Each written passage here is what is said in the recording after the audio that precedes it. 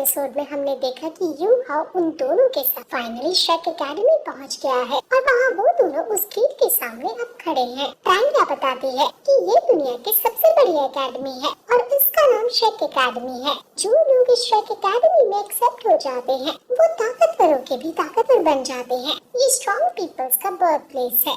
You how इसकी सुंदरता को देखकर हैरान है क्योंकि यहाँ बहुत बड़ी बड़ी बिल्डिंग्स है और यहाँ कई लोग काम कर रहे हैं। टांग्या कहती है कि मैं तुम्हारा यहाँ एडमिशन करवा दूंगी और ये सुनकर यू हाउ हैरान हो जाता है कि भला वो इसके हार्ड एग्जाम को कैसे पास करेगा। लेकिन टांग्या कहती है कि तानशान जो हमारी तानसेट के एंसेस्टर हैं वो श्रेक एकेडमी से ही पढ़े थे और जब तानसेट बना था तब श्रेक एकेडमी के सभी ग्रेजुएट्स ने तानसेट को ज्वाइन कर लिया था और जो प्यार का रिश्ता तानसेट और श्रेक एकेडमी में बना वो अभी तक कायम है, जिस वजह से श्रेक एकेडमी हर साल तानसेट के लिए कुछ सीट हमेशा छोड़ती है और अब मैं ये सीट तुम्हें दे रही हूँ।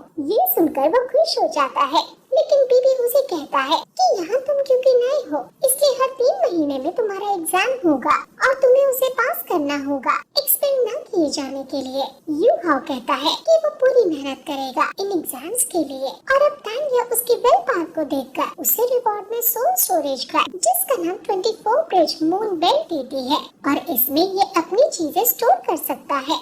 अब ये खुशी खुशी आगे श्रेक सिटी के अंदर जाते हैं और यहाँ हर तरफ सोल गाइड थे जो कि उनकी एक तरह से टेक्नोलॉजी है। ये सोल गाइड का यूज करके अलग अलग काम करते हैं जैसे ट्रांसपोर्टेशन का, जैसे हमारे यहाँ इलेक्ट्रिसिटी है उनके यहाँ सोल गाइड है एनर्जी का फॉर्म और ये श्रेक सिटी बहुत ज्यादा टेक्नोलॉजिकली एडवांस है। यू हाउ एक राजकुमार है लेकिन फिर भी अपने महल में उसने इतनी ज्यादा टेक्नोलॉजी कभी नहीं देखी। बीबी यू हाउ को बताता है कि श्रेक एकेडमी का जो आज करंट स्टेटस है वो 4000 साल पहले जो युद्ध हुए थे उनकी वजह से बना था।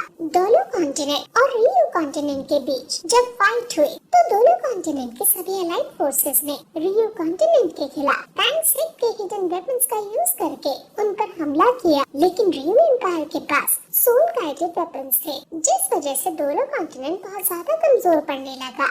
ऐसा नहीं था कि तानसेट के हिडन वेपन कमजोर थे, तानसेट के पास तो काफी ज्यादा हिडन वेपन्स थे और कुछ हिडन वेपन्स तो गॉड को भी घायल कर देते थे, लेकिन वो पावरफुल हिडन वेपन से तानशान और लू गाओ जो कि बहुत समय पहले डिवाइन क्राफ्टमैन थे सिर्फ वही बना सकते थे। Common hidden weapon soul guided weapon के आगे कमजोर पड़ गए जिस वजह से दोनों कॉन्टिनेंट के अलाइड फोर्सेस हारने लगे। लेकिन तभी श्रेक एकेडमी के फॉर्मर युद्ध में कूदे और उन्होंने 60 गैंग और दोनों को इकट्ठा कर लिया जिससे परिस्थितियां उन्होंने बदल दी और रियो एम्पायर को हरा दिया। अब श्रेक एकेडमी किसी भी कंट्री से बिलोंग नहीं करती, ये अपना एक इंडिपेंडेंट एग्जिस्टेंस रखती है और फिर जब से दोनों कॉन्टिनेंट की जीत हुई तब से ही तानसेट का डिक्लाइन शुरू हो गया। ये बात करते करते ट्रैवल भी कर रहे हैं और ये एक लिफ्ट में बैठकर ऊपर जा रहे हैं।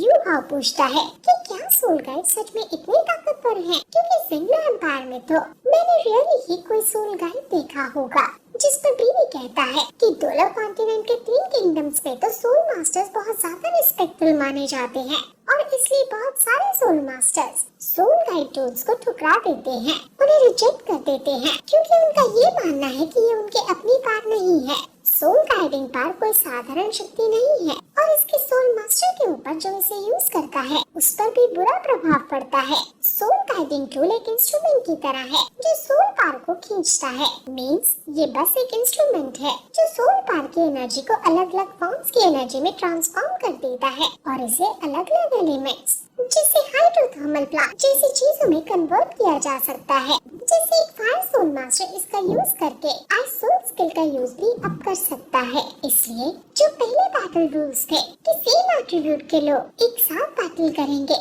वो रूल अब एप्लीकेबल नहीं होता है। जो ये लोगों के पास लाइटर है इसके अंदर भी सोल गाइडिंग टूल है जो यूजर की सोल पार को खींचकर उसे आग में कन्वर्ट कर देता है। और अब क्योंकि एट्रीब्यूट्स का ज्यादा महत्व नहीं रहा इसलिए अब सोल रिंग्स की इम्पोर्टेंस सोल मास्टर्स के बीच कम होने लगी है और अब हजारों लोगों के पास सोल गाइडिंग टूल्स हैं, लेकिन एरोस्टैटिक क्लास इन टूल को रिजेक्ट कर रही है। एरोस्टैटिक का मतलब जो लोग बहुत बड़े और रॉयल फैमिली से ताल्लुक रखते हैं वो लोग इसको अभी भी रिजेक्ट कर रहे हैं। यू हाउ पूछता है कि नॉर्मल लोग क्यों इसको बहुत ज्यादा मात्रा में एक्सेप्ट कर रहे हैं, जिस पर बीबी बताता है कि इनकी दुनिया में बहुत कम लोग ही हैं जो सोल मास्टर्स हैं और ज्यादातर वो लोग हैं जो नॉर्मल हैं और उनकी सोल पावर वीक है। वो बस अपनी लाइफ को इम्प्रूव करना चाह रहे हैं और इस सोल गाइडिंग टूल से वो बहुत आसानी से ऐसा कर पा रहे हैं। अब वो एक ट्रैम में बैठे हैं शेक एकेडमी तक जाने के लिए और वो ट्रैम भी ड्राइवर की सोल पावर को सोल गाइडिंग टूल की मदद से लोकोमोटिव एनर्जी में कन्वर्ट करके चला रही है। यू हाउ समझ जाता है कि डांडिया सेट मास्टर है, इसलिए वो सोल गाइड को रिजेक्ट कर रही है। लेकिन हिडन वेपन्स कहाँ तक सोल गाइडेड वेपन्स का मुकाबला कर पाएंगे?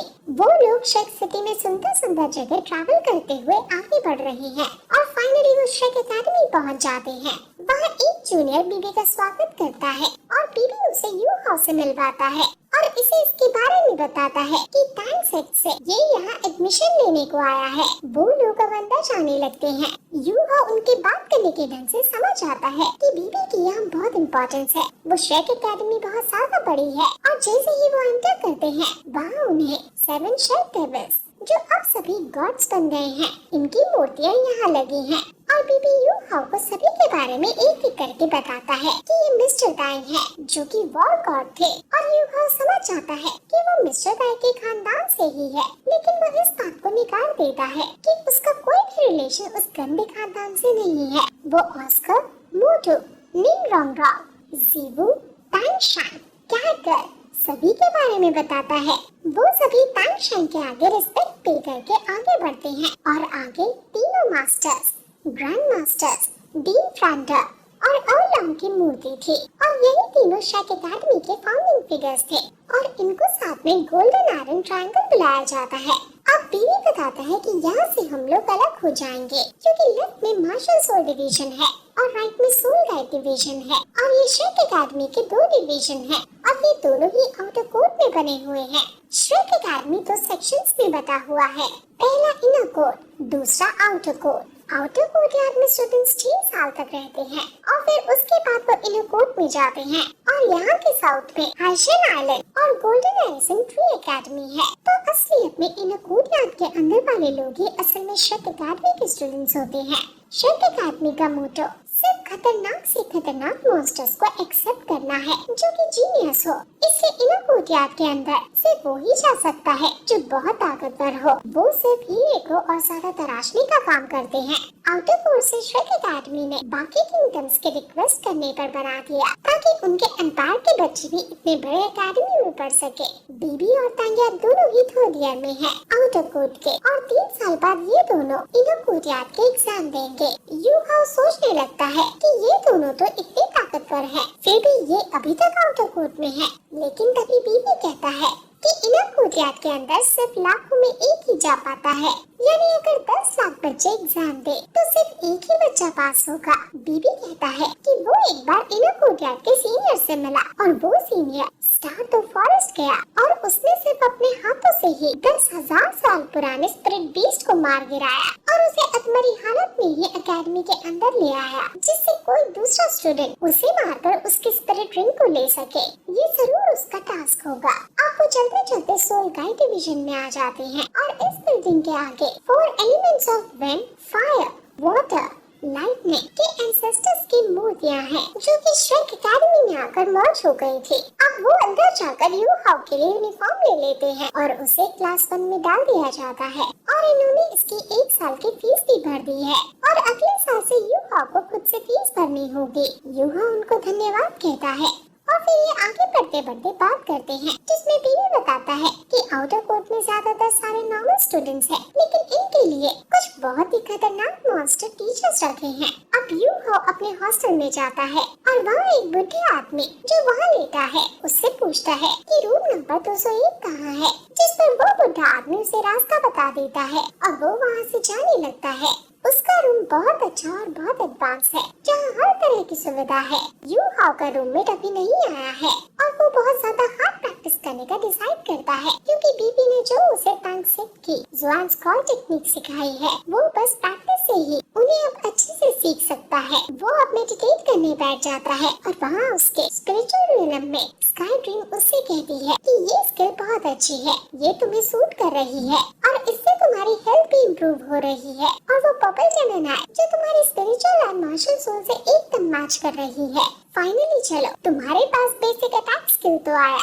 अब वो सोने के लिए जाने लगता है, लेकिन पूछता है कि क्या जब मैं तुम्हें देखना चाहूँगा तुम आ जाओगे? जिसका स्काई ड्रीम कहता है कि जब तुम खतरे में होंगे मैं तुम्हारी मदद कर दूंगा, इसलिए चिंता मत करो और अब मुझे सोने दो। अब यू हो मेडिटेट करने के बाद अपनी नई यूनिफॉर्म पहनकर बाहर जाता है और डिनर हॉल में हर तरफ शेड डेविल्स के एडवेंचर्स की तस्वीरें लगी हुई थी और यहाँ 5 स्टार होटल की तरह टेबल सजी थी। लेकिन वो अभी इतने महंगे डिनर को अफोर्ड नहीं कर सकता है। लेकिन यहाँ एकेडमी इन्हें कुछ टास्क देती है जिनके बदले में इन्हें रिवॉर्ड्स मिलते हैं, यानी थोड़े टाइम बाद वो ये सब अफोर्ड कर सकता है। वो फिर से अपने रूम में जाता है और उनका रूममेट और उसका रूममेट एक लड़की होती है जिसे वो देखते ही रह जाता है और फिर ये एपिसोड यही खत्म हो जाता है।